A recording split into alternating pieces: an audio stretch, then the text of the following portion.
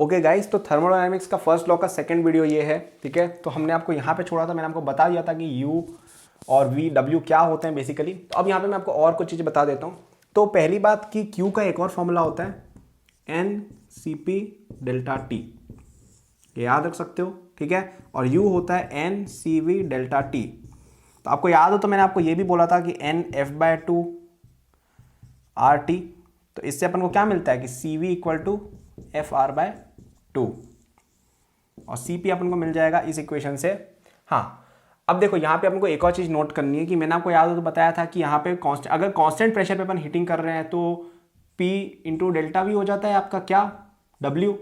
ठीक है, तो देखो मैं आपको वापस बताता हूँ कि मैंने एक ऐसी प्रोसेस कंसिडर की जब आपका कांस्टेंट प्रेशर है। ठीक है, तो यहाँ भी कांस्टेंट प्रेशर, यहाँ भी कांस्टेंट प्रेशर, यहाँ भी कांस्टेंट प्रेशर, तो सी यू तो हमेशा इतना ही रहेगा। हमने बोला है अगर डेल्टा टी में चेंज हुआ है तो हमें क्या आएगा कि Q एट कांस्टेंट प्रेशर का change is equal to W P, और डब्ल्यू पी कितना होता है P delta V plus U, तो वो तो हमेशा इतना ही रहेगा N C V delta T. तो हमने आपको थोड़ी देर बताया था कि N C P delta T लिखते हैं Q को, तो क्या हो जाएगा वो, अब यहाँ पे देखो एन आर डेल्टा टी हो जाता है ये, अगर आप निकालेंगे तो पी वी को टू एन आर टी से, तो इससे अपने पास वो इक्वेशन आ जाती है क्या, C P equal to C V plus R. Okay, तो अब यहाँ पे मैंने आपको एक और चीज़ बताई थी, गामा। गामा मैंने आपको बताया था C P by C V होता है, तो वो अगर आप लिखेंगे तो अपने पास क्या आ जाएगा, अपने पास आ जाएगा F by two plus one upon F by two, जो हो जाएगा one plus two by F. तो ये आप याद रख सकते हो। ठीक है, तो ये चीज़ तो बताया था आपको, फर्स्ट लॉ ऑफ थर्मोडायनेमिक्स है। अब मैंने तुम्हें बस दो इन्फॉर्मेशन और दी, इसमें क्या याद करना है, ये तो डेरिवेशन थे फालतू के। आपको याद रखना है कि Q equal to N C P delta T होता है, ये याद रखना है। U equal to N C V delta T होता है, और C P equal to C V plus R यहाँ से आता है फर्स्ट लॉ ऑफ थर्मोडायनेमिक्स से, तो इसको अपन याद रख लेते हैं। इसके ऊपर तुम ये सब कैलकुलेशन लगाओगे ना, हमने क्या किया, ये और ये इसमें हमने डाले तो हमारे पास ये आया, और इससे हमारे पास ये इक्वेशन आ गई कि C P equal to C V plus R. तो ये सब हटाओ, ये डेरिवेशन था फालतू का, इसको याद रखो। ओके, अब मैंने आपको याद हो तो पिछली वीडियो में बताया था कि सीवी का फॉर्मूला ये होता है। ठीक है, तो आपका इससे ये भी आ जाएगा। तो क्या क्या याद रखना है आपको, याद रखना है ये ओके, और ये तो यार ये तो इससे ही आया एक तरह से, ये याद रख सकते हो। और ये कंफ्यूजिंग है थोड़ा सा, लेकिन क्वेश्चन करोगे तो सब तुम्हारे दिमाग में घुस जाएगा। देखो ये तो फर्स्ट लॉ थर्मोडायनेमिक्स है, इसमें क्या है, और ये तो डेफिनेशन है, ये डेफिनेशन है। ओके, ये मैंने पिछली वीडियो में लाके बताया था मैंने यू का फॉर्मूला बताया था पिछली बार, और उससे मैंने निकाला है ये। ठीक है, ये फॉर्मूला बताया था ना मैंने तुम्हें पिछली बार, तो उससे यही आया है। तो ये तीनों एक ही फॉर्मूला हुआ है, ये दोनों। अब ये इससे, अब ये तो देखो बेसिक इक्वेशन है तो सबको याद रहता है, तो एक फॉर्मूला ये हुआ, ये एक ही फॉर्मूला है, और ये तो एक डेरिवेशन है, तो आपको ये भी एक ही फॉर्मूला है बेसिकली, ये एक ही फॉर्मूला है। इसमें मैंने ये चीज़ें घुसाई है, तो फॉर्मूला तीन ही है, जिनमें से भी एक तो लॉ है, तो लॉ तो याद रहता है। तो केवल दो ही फॉर्मूले हुए हैं, एक ये वाला, एक ये वाला, और चलो एक ये वाला और मान लो, बस। ठीक है, तो ये याद रखने हैं, ये तीनों चीज़ें कनेक्टेड है आपस में कि U equal to N C V delta T equal to N F by two R T, जिससे अपन को ये भी मिल जाएगा, तो ये तो एक ही फॉर्मूला हो गया। ठीक है, Q equal to N C P delta T, ये अपन याद रखेंगे, और इस सब को यूज करके gamma equal to C P by C V definition होती है, उससे ये आ जाएगा। अब गामा क्या होता है वो बात करते हैं। ओके, समझ गए ये सब? नहीं समझे तो एक बार पॉज करो, सोचो मैंने क्या क्या बोला, दिमाग में दोहराओ, फिर एक बार आगे बढ़ना।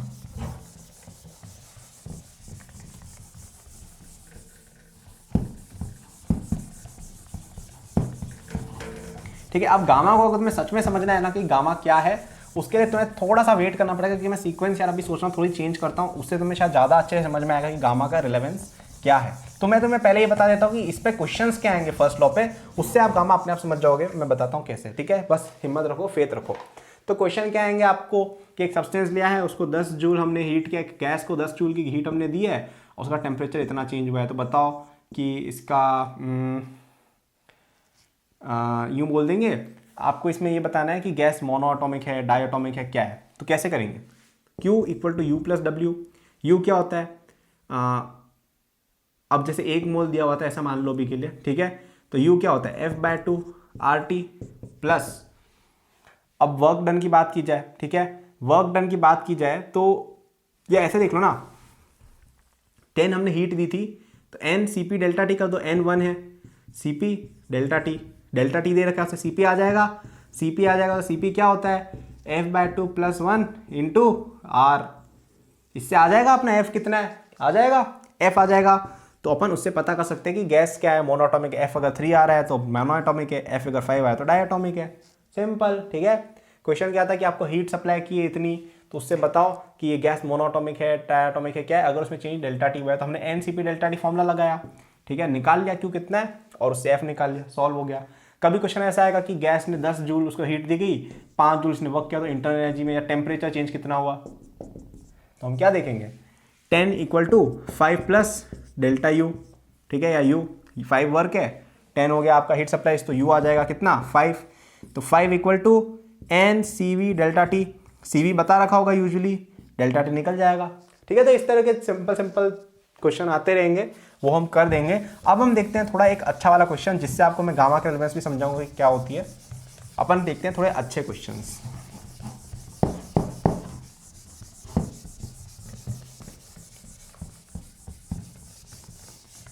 तो हमें ये बोला गया है, तो ये क्वेश्चन आपके भर भर के आएंगे तो समझ लो। आपको क्या दे रखा होगा, गैस का P वर्सेस V ग्राफ दे रखा होगा कि एक गैस है, उसको हमने किसी ना किसी तरीके से इधर उधर मूव किया है। तो आपकी गैस को आपने शुरू यहाँ करवाया था जैसे, ठीक है। तो ऐसे क्वेश्चन में क्या होता है कि आपको एक गैस का डायग्राम दे रखा होता है P वर्सेस V, बोलते हैं कि इसको ऐसी एक प्रोसेस कराई गई। प्रोसेस कुछ नहीं होता है, किस तरह से गैस को हीट या वो किया गया। तो आपका पॉइंट A से पहले पॉइंट B गए, फिर पॉइंट C गए, तो बोलेंगे कि इस साइकिल के अंदर हीट टोटल कितनी दी गई थी, ठीक है। अब जैसे यहाँ पे तुम्हें बोल दिया कि ये लेट से 5 मीटर क्यूब है, ये 1 मीटर क्यूब है, ये है जैसे 10⁵ पास्कल, और ये है 10⁴ पास्कल, ठीक है, एग्जाम्पल मान लो। तो हमें क्या किया कि इस तरह की हमने एक दी गई है, इसको 2 × 10⁴ कर दो, ठीक है, अभी के लिए, ठीक है। तो हम देखते हैं कि क्या करते हैं इस क्वेश्चन का। तो इसमें देखो क्या किया, एक बेसिकली आपके पास एक गैस थी ए पॉइंट पे, उसका टेम्परेचर था कितना, वो हम देखेंगे, लेकिन इसका प्रेशर था कितना, इतना, और इसका वॉल्यूम था इतना। अब P V equal to NRT होता है, एन हमको चलो एक मोल दे रखा है, बता रखा है, तो टेम्परेचर निकल जाएगा यहाँ से, आर पता है, एन पता है, पी पता है, वी पता है, ठीक है। तो अपने पास टेम्परेचर है मतलब कुल मिला के। तो यहाँ से फिर अपन ने इसको हीट किया है आइसोबारिकली। अब आपको मुझे कैसे पता हीट किया है, क्यों, क्योंकि इसके अंदर आप देखो तो इसका एक्सपेंशन हो रहा है, तो वर्क डन पॉजिटिव है। इसके अलावा अगर आप इसका टेम्परेचर देखो तो P × V टेम्परेचर बताता है, P × V भी बढ़ रहा है, तो बेसिकली तो इसके अंदर कहीं ना कहीं हीट सप्लाई की जा रही है, अपन ऐसा बोल सकते हैं। तो इसमें अपने हीट किया, तो इससे इसका प्रेशर तो सेम रहा, आइसोबारिकली हीट किया है, और वॉल्यूम बढ़ के 5 हो गया। फिर हमने क्या किया, इसको आइसोथर्मली, ये बता रखा था क्वेश्चन में, ठीक है, आइसोथर्मली हमने इसको किया है ऐसे। अब आइसोथर्मल में हमको याद रखना है कि P V equal to constant होता है आइसोथर्मल प्रोसेस में, ओके। क्यों, क्योंकि एन आर टी होता है, पी वी, आर कॉन्स्टेंट है, एन कॉन्स्टेंट है, टी कॉन्स्टेंट, तो पी वी कॉन्स्टेंट हो गया, ठीक है। तो ये याद रख सकते हो कि तो आइसोथर्मल प्रोसेस में पी वी कॉन्स्टेंट होता है। और अगर हम एक ग्राफ बनाते हैं पी वर्सेस वी का, such that P V equal to constant, तो रेक्टेंगुलर हाइपरबोला बनता है, वो मैथ्स में पढ़ा है हमने, ठीक है। तो ये सब मैथ्स की चीज़ें, घबराओ मत इनको देख के। तो बेसिकली मैं बस ये बता रहा हूँ कि अगर आइसोथर्मल प्रोसेस होती है, इसका मतलब होता है T इक्वल टू कॉन्स्टेंट। इसका मतलब क्या हो जाता है directly P V equal to NRT से कि P V equal to constant, तो उसका ग्राफ ऐसा बनता है। मैं बस इतना कह रहा हूँ। तो ये ग्राफ हमने बना रखा है, तो हम यहाँ से यहाँ गए, ठीक है। अब यहाँ पे देखो P × V कितना है 10⁵, यहाँ भी P × V 10⁵ है। फिर हम आइसोथर्मली ऐसे गए, तो यहाँ पे टेम्परेचर का कोई चेंज नहीं हुआ, यहाँ B से C में टेम्परेचर का कोई चेंज नहीं हुआ है, पहली बात, ओके। तो इसका क्या मतलब हुआ, इसका मतलब ये हुआ कि आपकी जो हीट सप्लाइड की गई थी ना, इसमें वर्क हुआ है, ठीक है। डेल्टा यू 0 है क्योंकि चेंज नहीं हुआ है क्यों कुछ। अब यहाँ पे हम बात करते हैं NCP डेल्टा टी की, ठीक है। अब ये जो क्यू का फॉर्मूला होता है ना, ये आपका अप्लाई तब होता है जब आप प्रेशर कांस्टेंट वाली सिचुएशन में काम कर रहे हो, ओके। ये आप ऐसा नहीं है, अब देखो यहाँ पे जैसे तुम लगाओगे ना फर्स्ट लॉ, तो ऐसे तुम बोलोगे भैया वर्क डन तो इसमें कुछ हो रहा है, डेल्टा यू तो कुछ है नहीं, और क्यू तो इसमें आपने बताया एनसीपी डेल्टा टी होता है, तो डेल्टा टी तो 0 है, ये भी 0 है, और ये तो पॉजिटिव है, तो फर्स्ट लॉ तो भैया फेल हो गया, ठीक है। तुम बोलोगे, ऐसा मुझे समझ में आता है। लेकिन ये जो मैंने बताया ना एनसीपी डेल्टा टी, तो इसका मतलब ये था कि अगर तुम्हारी कॉन्स्टेंट प्रेशर की प्रोसेस है, उसमें तुम इस तरह से सॉल्व कर सकते हो। और ये जो तरीका था ना, ये जस्ट एक मेथड ऑफ ऑब्टेनिंग क्यू था, ओके। बट एनीवेज हम बात करते हैं आगे की, ठीक है। मैं लास्ट में क्लियर कर दूंगा एक सारे कंफ्यूजन, चिंता मत करना तुम लोग। फिर हमने इसको सी पॉइंट तक ले गए आइसोथर्मली, फिर हम सी से ए वापस आए वॉल्यूम कांस्टेंट रख के, ठीक है। वॉल्यूम कांस्टेंट रख के हम वापस सी से ए आए, तो बोलेंगे इस पूरी प्रोसेस में क्यू कितना इन्वॉल्व है। तो अपन देखेंगे पहले ए से बी तक, ठीक है, Q A to B. Analysis कर रहा हूँ मैं, जैसे तुम्हारा पूरा क्लियर हो जाएगा। तो Q A to B equal to U plus W, ठीक है। अब हमने ये देखा कि अब आपको जैसे गैस दे रखी थी कि मोनोएटॉमिक है, तो 3/2 3 हो गया इसका एफ की वैल्यू, तो ये कितना होगा 3/2 इंटू NRT, ठीक है। NRT क्या होता है, पीवी, तो पीवी का जो डेल्टा होगा, डेल्टा पीवी, वही हो जाएगा आपका क्या, देखो बेसिकली मेरे को NR डेल्टा टी करना है, तो डेल्टा पीवी कर दूंगा, वो भी NR डेल्टा टी होगा, ठीक है। नहीं समझ आया तो इसमें डाल के देखो, आंसर आएगा। तो डेल्टा पीवी हम देखते हैं, तो यहाँ पे पीवी कितना है 10⁵, यहाँ पे 10⁴, 10⁵ माइनस 2 10⁴, ठीक है। ये हो गया आपका U। वर्क डन कितना है, ठीक है। वर्क डन की बात करी जाए तो हमने यहाँ पे देखा गैस एक्सपैंड हो रही, तो वर्क डन पॉजिटिव होगा, कितना होगा P इंटू डेल्टा वी, क्योंकि आइसोबारिक प्रोसेस है, तो यहाँ पे लिख देंगे अपन P कितना 2 × 10⁴ इंटू 5-1, ये हो गया आपका Q involve in this process, ठीक है, A टू B। अब हम चाहते हैं B टू A, ये आइसोथर्मल प्रोसेस है। आइसोथर्मल प्रोसेस का मतलब होता है टेम्परेचर चेंज नहीं हो रहा है, तो U तो आ गया आपका 0। वर्क की बात करें तो मैंने आपको बताया था NRT ln V2/V1, NRT क्या होता है PV, ओके, यानी कि 10⁵ इंटू ln 1/5, तो ये माइनस में आ जाएगा आपका -10⁵ ln 5, ओके। और यही हो जाएगा आपका Q भी, तो Q यहां पे आपकी रिलीज हुई है 10 इतनी,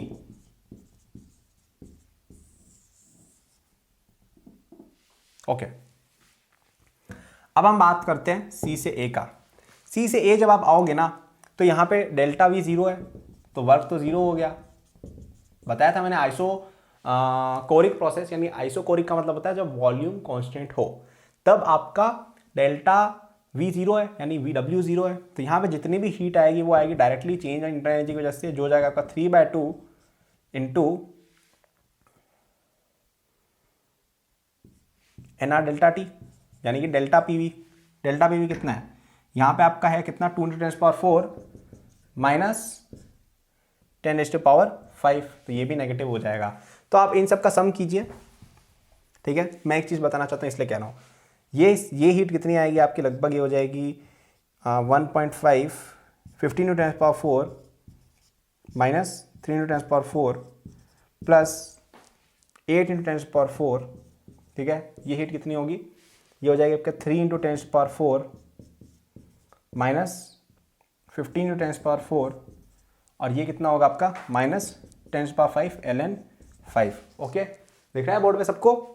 तो इसका अगर आप सम लोगे तो ये 15 से 15 गया, 3 से 3 गया, और ये बचे आपके ये दोनों 10⁴ कॉमन लोगे, तो 8 - 10 ln 5। तो आप देखोगे कि ये हीट जो ओवरऑल आई है ना, वो आई है नेगेटिव में, ओके। ये दिख रहा है ना बोर्ड में, हाँ, तो ये हीट आई है नेगेटिव में।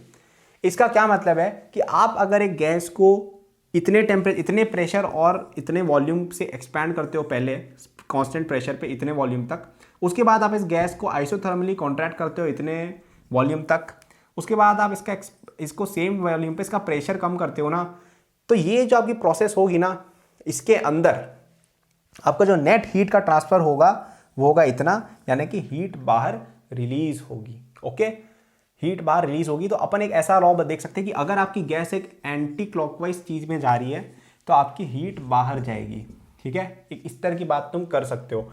ऐसा क्यों होता है, ऐसा इसलिए होता है भाई कि आप ये देखो, चलो ऐसा क्यों होता है मैं तुम्हें बाद में बताऊंगा ये चीज़, जस्ट 2 मिनट रुक जाओ, क्योंकि वरना तुम समझोगे नहीं ये चीज़। और अगर क्लॉकवाइज जा रही होती ना, अब जैसे तुम ऐसा मान लो कि ऐसे अगर होता ना, ऐसे ये क्लॉकवाइज होगी, क्लॉकवाइज मतलब ऐसे जा रहा है क्लॉक की तरह, तो हो जाता है हीट पॉजिटिव, यहाँ पे नेगेटिव आएगा, ओके। मैं थोड़ा क्लीन करके समझाता हूँ ऐसा क्यों हो रहा है, और कुछ और ऑब्जर्वेशंस भी, जिससे तुम्हारा थर्मोडायनामिक्स काफ़ी क्लियर हो जाएगा।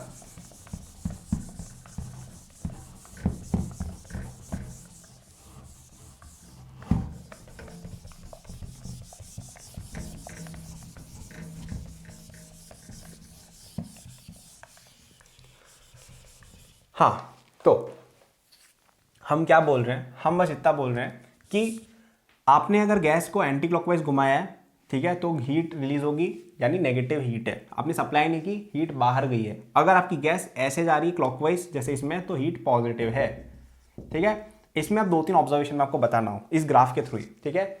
तो अगर आप एक पॉइंट से ऐसे जाके ऐसे आ जाते हो वापस से, तो टेम्परेचर में चेंज नहीं हुआ। तो U कितना होता है, N C V delta T, ठीक है। डेल्टा टी जीरो है यानी कि U जीरो हो जाएगा आपका। तो इसका मतलब है कि U जो है वो केवल आपके स्टेट पे डिपेंड करता है। स्टेट का मतलब P, V और T की वैल्यूज कितनी, इस पर डिपेंड करता है। तो जैसे आपकी वैल्यू अगर यहाँ पे वापस का वापस आ गया तो P, V और T सेम हो गया, तो U में कोई चेंज नहीं होगा, ये आपको याद रखना है, ठीक है। तो आप यहाँ से यहाँ किसी भी प्रोसेस में जाते ना, या आप इस पे ऐसे ऐसे होके आ जाते, या कुछ भी करके अगर आप A से B जाते, तो A से B का जो U है वो किसी भी प्रोसेस आप लोगे सेम ही रहेगा। तो अब इससे क्वेश्चन कैसे आएंगे, ये दो पॉइंट्स हैं, इस पे ऐसे गया, यहाँ पे आपका W इन्वॉल्व है 10 जूल, ठीक है, और यहाँ पे आपका Q इन्वॉल्व है, और इस पूरी प्रोसेस के अंदर आप मान लो Q नेट है -10 जूल, ठीक है। तो ये बोलेंगे कि नहीं यार ये तो सही नहीं है, हाँ तो ये बोल देंगे कि W यहाँ पे कितना है, ओके। तो अपन देखते हैं, तो यहाँ से यहाँ तुम जाओगे तो डेल्टा U कितना हो जाएगा तुम्हारा, तो Q कितना हो जाएगा तुम्हारा, Q equal to U plus W। तो यहाँ पे U जैसे तुम मान लो U हुआ, ठीक है, प्लस 10 जैसे हो गया, एक्सपेंशन हुआ है, तो यहाँ पास आ गया Q इस चीज़ का, ठीक है, Q1। Q2 आपका कितना होगा, यहाँ से यहाँ का वर्क, तो वर्क हमें निकालना है, प्लस इंटरनल एनर्जी का चेंज। अब यहाँ से यहाँ अगर तुम गए हो, ठीक है, और यहाँ से तुम वापस आ जाओगे, तो अगर हम इन दोनों प्रोसेस को ऐड कर दें, तो इस पूरी प्रोसेस का जो Q होगा उसमें वापस A पे वापस आ गया, ठीक है, ऐसे जाके ऐसे आ गया, तो डेल्टा U जीरो होगा, तो Q1 plus Q2 equal to W plus 10, और ये माइनस U हो जाएगा यहाँ पे क्योंकि कैंसिल होना है। तो अब हमें जैसे Q1 प्लस Q2 दे रखा होगा कि नेट हीट इन्वॉल्व प्रोसेस इतनी है, तो अपने पास W आ जाएगा। वापस बताता हूँ मैंने क्या किया, मैंने तुम्हें ये बोला कि एक कोई प्रोसेस है वो ऐसे जा रही है कि A से B गई और B से वापस A गई, ओके। हमें बोल रखा है कि इस पूरी प्रोसेस में 10 नहीं 100 जूल जैसे इन्वॉल्व है, अपने पास क्या Q टोटल इन्वॉल्व 100 जूल है, ठीक है। इस प्रोसेस को करने के लिए हमें 100 जूल एनर्जी दी है। तो इसमें जब A से B जाएगा तो W हो जाएगा 10 जूल। तो ये पूछ रहे हैं जब B से वापस आएगा तो W कितना हो रहा है, ये बताओ भाई साहब। तो हमने ये बोला कि ये पूरी प्रोसेस को अगर आप कंसिडर करो ना, पूरी प्रोसेस, तो इस पूरी प्रोसेस में A पे वापस आ रहे हैं, ठीक है, यानी डेल्टा U जीरो होना चाहिए। तो Q net equal to U net plus W net, ठीक है। अब U नेट कितना होगा, जीरो होगा क्योंकि वापस सेम जगह पर आ गए। तो W नेट कितना होगा, W1 plus W2 equal to 100 joule. W1 दे रखा था 10 जूल, तो W2 निकालना है, तो आ जाएगा अपना 90 जूल, ठीक है। तो इस तरह की मैं बात कर रहा हूँ कि आपको ये चीज़ पता होनी चाहिए कि U अगर आप सेम प्रोसेस जा रहे हो ना, और कैसे भी जा रहे हो, A से भी आप कैसे भी जाओ, ऐसे जाओ ऐसे जाओ, कोटा जाके आओ, दिल्ली जाके आओ, मुंबई जाके आओ, सेम ही रहेगा U की वैल्यू का चेंज। ये याद रखना है, ओके, ये इंपॉर्टेंट इन्फॉर्मेशन है, याद रखो। एक इस चीज़ पे क्वेश्चन आ जाएंगे इस तरह के जो मैंने तुम्हें बताया। दूसरा हमने ऑब्जर्वेशन क्या किया, वर्क का calculation basically area under curve होता है, ठीक है। तो हमने क्या किया, पहले यहाँ से आकर वर्क निकाला, फिर यहाँ से आकर वर्क निकाला, और यहाँ तो जीरो है, तो हमने इस वर्क को एडअप किया, तो वही कहीं ना कहीं आपकी हीट हो जाएगी। तो work done in a closed या cyclic process is equal to heat supplied. क्यों, क्योंकि साइक्लिक प्रोसेस में U हो जाएगा जीरो, क्योंकि सेम जगह पर आप वापस आ गए हो। तो ये था आपका कहानी ग्राफ वाले क्वेश्चन का, ठीक है। अब यहाँ पे एक कंफ्यूजन ये आएगा बच्चों को कि भैया आपने NCP/dt बताया था हीट का, तो ठीक है। तो ये जब फॉर्मूला होता है कब होता है, जब आपका P इक्वल टू कॉन्स्टेंट हो। मैंने तुम्हें बताया भी था कि फॉर्मूला जब डेराइव भी किया था तो मैंने P इक्वल टू कॉन्स्टेंट माना था, तब किया था, ठीक है। ये वाला फॉर्मूला हालांकि दुनिया की हर कंडीशन में वैलिड है, ये वाला फॉर्मूला केवल और केवल तब वैलिड है जब आपका P कॉन्स्टेंट हो, ठीक है। P कॉन्स्टेंट नहीं है तो अपन निकालेंगे जैसे अपन निकालते हैं वैसे थर्मोडायनेमिक्स के लॉज यूज करके, ठीक है। तो ऐसे केस में अपन कैसे निकालेंगे कि अपन क्या करेंगे, NCV डेल्टा T से तो अपन निकालेंगे हीट की, ये एनर्जी का चेंज कितना हुआ है, और W निकालेंगे PdV से, ये आ जाएगा आपका हीट सप्लाइड, ऐसे निकाल लेंगे, ओके। तो ये थोड़ा सा कॉम्प्लिकेटेड हो जाता है, ठीक है। समझो मैंने ये ग्राफ वाला क्वेश्चन कैसे बनाया था, क्या मैंने बताया अभी अभी, सब कुछ विचार करो, समझो, उसके बाद आगे बढ़ना। थोड़ा सा देखो ये चीज़ में स्ट्रगल होगा क्योंकि ये नहीं है तुम्हारे लिए, है ना। मैकेनिक्स जैसे तुमने जब पहली बार पढ़ी हुई तो तुम्हें दिक्कत हुई होगी, लेकिन अब क्लियर हो गया होगा। वेव जब पहली बार पढ़ी तो दिक्कत हुई थी, लेकिन बाद में क्लियर हो गया। वैसे ही थर्मो भी बाद में क्लियर हो जाता है, तो चिंता नहीं करनी उस चीज़ की। एक लास्ट चीज़ मैं तुम्हें बताना चाहूँगा गामा के बारे में, क्योंकि गामा अपना रह गया, ठीक है। तो गामा बताने के लिए अब मुझे तुम्हें एक चीज़ और बतानी पड़ेगी, जो होती है प्रोसेसेस। तो ये मैंने तुम्हें जैसे बताया ना कि ग्राफ ऐसे जाके ऐसे आ रहा है, ये एक प्रोसेस थी, ठीक है, कि एक गैस को आप किस तरह से बिहेव करवा रहे हो। तो वैसे ही बहुत सारी प्रोसेस होती हैं। एक होती है आपकी आइसोथर्मल प्रोसेस, जिसका P वर्सेस V ग्राफ कुछ ऐसा दिखता है, जैसे मैंने आपको बताया था पिछले क्वेश्चन में, इसमें क्या होता है, टी इक्वल टू कॉन्स्टेंट होता है, ठीक है, और ये एक हाइपरबोला होता है। तो यहाँ पे आप क्या देख सकते हो, एक तो इंटरनल एनर्जी में चेंज जीरो हो जाएगा, ठीक है, और delta Q equal to delta W हो जाएगा बिकॉज ऑफ दैट। तो ये सब चीज़ें आप देख सकते हो। दूसरी होती है आइसोबारिक प्रोसेस। आइसोबारिक प्रोसेस में क्या होता है, प्रेशर कांस्टेंट रहता है, तो यहाँ पे Q equal to N C P delta T हो जाता है, ठीक है, और U तो अपना वो है ही। तीसरा होता है आइसोकोरिक प्रोसेस, जिसमें डेल्टा V कांस्टेंट है, तो इसमें क्या होगा, वर्क जीरो हो जाएगा, तो Q इक्वल टू U हो जाएगा, ओके। एक और प्रोसेस होती है जिसमें हम कहते हैं हीट सप्लाइड इज जीरो। तो अगर एक ऐसी प्रोसेस जिसमें अपन हीट सप्लाई नहीं करें, ठीक है, तो उस प्रोसेस को कहा जाता है एडियाबैटिक प्रोसेस, ठीक है, एडियाबैटिक प्रोसेस। इसमें ग्राफ कुछ ऐसे ही आता है, इसकी इक्वेशन आती है P V raise to power gamma equal to zero. इसकी इक्वेशन ये आती है, याद रखना है, ओके। तो गामा बेसिकली ये है, गामा क्या होता है डेफिनेशन के हिसाब से, वो CP बाय CV होता है गैस का, ओके। CP की वैल्यू होती है, तो इसकी वैल्यू आ जाती है 1 + 2/F, जैसा मैंने तुम्हें बताया था। तो मोनोएटॉमिक गैस के लिए जैसे तुम डालोगे तो ये आ जाएगा कितना तुम्हारा 1.67, अगर तुम डायटोमिक गैस लेते हो तो ये 2/5 होगा, तो 1.4। इस तरह की चीज़ें हम कर सकते हैं। तो गामा बेसिकली क्या हुआ, CP/CV का रेशियो, और इसकी रिलेवेंस कहाँ आ रही है, एडियाबैटिक प्रोसेस में। एडियाबैटिक प्रोसेस क्या होती है, जिसके अंदर Q इक्वल टू जीरो होता है, और इसके तुम जब फॉर्मूले डेराइव करते हो ना, इसको यूज़ करते हो, इसका क्या मतलब है, U इक्वल टू W, इसका मतलब ये हो गया कि U इक्वल टू -W या U + W equal to zero. इससे ये आएगा ना Q इक्वल जीरो है, तो यहाँ पे तुम ऐसा लिखोगे ना कि NCV dt plus PdV equal to zero, और फिर तुम इसमें NRT वगैरह लगाओगे, P इक्वल टू NRT, तो ये इक्वेशन आ जाती है। बेसिकली कहना हम ये चाह रहे हैं, ओके। तो भाई यही था अपना, काफ़ी सारी चीज़ें बताएंगे इस एक वीडियो में, तो समझ लो थर्मोडायनामिक्स इंपॉर्टेंट टॉपिक है, बड़ा टॉपिक है, स्पेशली ग्राफ वाली चीज़ें बहुत आएंगी। मैं और क्लैरिफाई करने की कोशिश करूंगा नेक्स्ट वीडियो में, लेकिन अभी क्या वीडियो का साइज़ लंबा हो गया, तो तुम अभी ये देख लो, ठीक है। मैं आधा दो घंटे वीडियो बना, उसका कोई सेंस नहीं है। तो क्या क्या पढ़ा हमने, फर्स्ट लॉ थर्मोडायनामिक्स क्या होता है, ठीक है। फिर हमने देखा कि आप कैसे क्वेश्चन आएंगे, डेल्टा U कैसे निकालना है, डेल्टा Q कैसे निकालना है। फिर मैंने आपको क्वेश्चन प्रोसेस वाला करके बताया एक, कि एक ग्राफ के अंदर कैसे एनालिसिस करते हैं, यहाँ पे U कैसे निकालेंगे, Q कैसे निकालेंगे, W कैसे निकालेंगे। फिर मैंने बताया कि U हमेशा अगर सेम पॉइंट पे आ रहे हो कैसे भी, तो कांस्टेंट रहेगा, यानी डेल्टा U जीरो हो जाएगा, तो जैसे मैंने इसमें किया, और फिर अपन सॉल्व कर लेंगे। फिर मैंने आपको बताया अलग अलग तरह की प्रोसेसेस, और एक एडियाबैटिक प्रोसेस होती है जिसमें P raise to power gamma equal to zero होता है। अब इसमें लोग और भी चीज़ें लिख देते हैं, 3 तरह के फॉर्मूला लिख देते हैं, तो वो याद नहीं रखने हैं, आपको ये याद रखना है। और PV इक्वल टू NRT तो हर गैस पे लगता ही लगता है, तो आप इन दोनों को कंबाइन करोगे तो और भी चीज़ें आ जाएंगी, T के टर्म्स में आ जाएगा, P के टर्म्स में, और T के टर्म्स में आ जाएगा, V और T के टर्म्स में आ जाएगा, वो सब आप कर सकते हो। तो ये चीज़ याद रहनी चाहिए, ओके, और ये चीज़ याद रहनी चाहिए बस, ठीक है। लंबा वीडियो था, समझना अच्छे से, नेक्स्ट वीडियो में और समझाया जाएगा। Thanks for watching this video till the and. I am sure that you enjoyed it. यदि आप अपनी पूरी जेई प्रिपरेशन मेरे साथ करना चाहते हैं तो आपको डिस्क्रिप्शन में मेरे जेई के फुल कोर्स का लिंक मिल जाएगा। इस कोर्स में आपको जो यूट्यूब पे मेरे लेक्चर्स और प्रॉब्लम सॉल्विंग के वीडियोस मिलते हैं, उसके कंपेयर में बहुत ज़्यादा कंटेंट है, एंड आपको यहाँ पे practice sheet with solution, test series with solution भी मिलती है। It's a complete solution, you can rely on it. आप यदि किसी कोचिंग जाते हैं या अगर आप सेल्फ स्टडी करते हैं, in both cases it will be very useful, so do check it out, okay. इसके अलावा मेरे जेई के फ्री नोट्स भी डिस्क्रिप्शन में लिंक्ड है, एंड डिस्क्रिप्शन में और भी मैंने बहुत सारे रिसोर्सेज फॉर स्टूडेंट्स डाले हुए हैं, जैसे the books that I recommend, my social media and my newsletter, in case you want more content और if you want to approach me with any doubts और सजेशन। नोट्स हैं NEET के students के लिए, कॉलेज स्टूडेंट्स के लिए, startup enthusiast के लिए भी, ओलंपियाड एंथुसियास्ट के लिए भी कोर्सेज हैं, तो चेक जरूर कर लीजिएगा डिस्क्रिप्शन, आपको काफ़ी यूजफुल रिसोर्सेज वहाँ मिलेंगे। Thank for watching, like subscribe कर लीजिएगा for more such videos. Good luck.